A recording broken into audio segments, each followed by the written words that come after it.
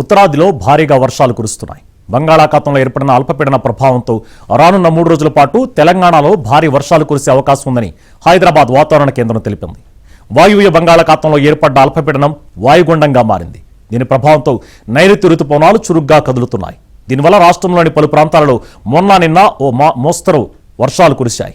సంగారెడ్డిలో అత్యధికంగా 7.2, కామారెడ్డి జిల్లా నాగిరెడ్డిపల్లిలో 6.9, వికారాబాద్ జిల్లా మోమిన్పేటలో 6.4, రంగారెడ్డి జిల్లా శంకరపల్లిలో 6.3, మెదక్ జిల్లా శంకరంపేటలో 6.2, భద్రాద్రి జిల్లా జూలూరుపాడులో 4.73 సెంటీమీటర్ల వర్షపాతం నమోదైనట్లు వాతావరణ శాఖ వెల్లడించింది. తీవ్ర వర్షాభావంతో అల్లాడుతున్న రైతులకు ఈ వర్షాలు కొంత ఊరటనిచ్చాయి.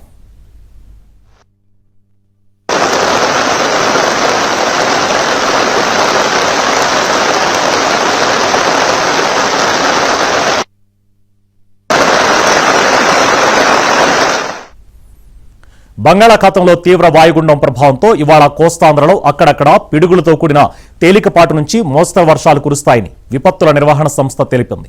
నిన్న కోస్తాలో అక్కడక్కడ వర్షాలు కురిశాయి. దక్షిణ కోస్తాలో వేడి వాతావరణం కొనసాగింది. కావలిలో 38.4 డిగ్రీల గరిష్ట ఉష్ణోగ్రత నమోదైంది.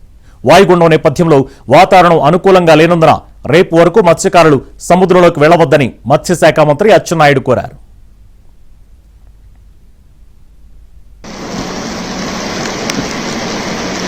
Rubio, nada, le